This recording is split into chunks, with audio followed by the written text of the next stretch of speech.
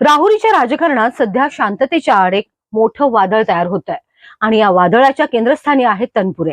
नमस्कार, मी मनीषा, तुम्ही पाहत आहात एम न्यूज. उमेदवारी न भरल्याचा निर्णय हा फक्त एक साधा राजकीय स्टेप नव्हता, तर तो एक मोठा सिग्नल होता. कारण निवडणूक टाळली म्हणजे लढाई संपली असं अजिबात नाही. उलट खरी खेळी आता सुरू झाली आहे. तनपुरेंना चांगलंच माहिती आहे की उमेदवारी न केल्यानं त्यांच्या मतदारसंघात त्यांच्या संघटनेवर परिणाम होऊ शकतो.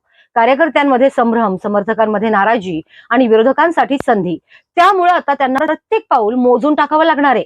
पण खरी गंमत इथून सुरू होते. भविष्यात जर तनपुरे पुन्हा मैदानात उतरले तर त्यांच्या समोर भाजपकडून एकच चेहरा उभा राहणार, अक्षय कर्डिले. आणि सध्या राजकीय वर्तुळात सुरू असलेली चर्चा म्हणजे तनपुरे आणि भाजप नेत्यांच्या भेटी. ही भेट साधी शिष्टाचार भेट आहे का, की यामागे काही मोठं राजकीय गणित शिस्त आहे? कारण एकीकडे भाजपला न दुखावता आपली राजकीय ताकद टिकवायची आहे आणि दुसरीकडे स्वतःची भूमिका मजबूत ठेवायची आहे. हे संतुलन साधणं सोपं नाही. तनपुरेंना आता दोन्ही बाजू सांभाळत चालावं लागणार आहे. सगळ्यात मोठा प्रश्न मात्र अजूनही हवेतच आहे. उद्याचा प्रतिस्पर्धी असणाऱ्या कर्डिले यांच्या प्रचारात तनपुरे सक्रिय होतील का, की ते स्वतःचं वेगळं राजकीय स्थान जपतील?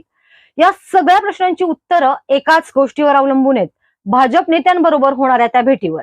राहुरीतली ही राजकीय चाल नेमकी कुठे जाईल, याकडे आता संपूर्ण जिल्ह्याचं लक्ष लागलंय. येत्या 20 तारखेला मुख्यमंत्री देवेंद्र फडणवीस अक्षय कर्डिले यांच्या प्रचारार्थ सभा घेणार आहेत. त्यावेळी ते भाजपाच्या स्टेजवर येऊन पक्षात प्रवेश करतील का, याबाबत उत्सुकता आहे. रवींद्र चव्हाण, राम शिंदे आणि अक्षय कर्डिले यांच्या बोलण्यावरून तर असेच वाटते आहे. बघूयात काय घडतंय ते. कमेंट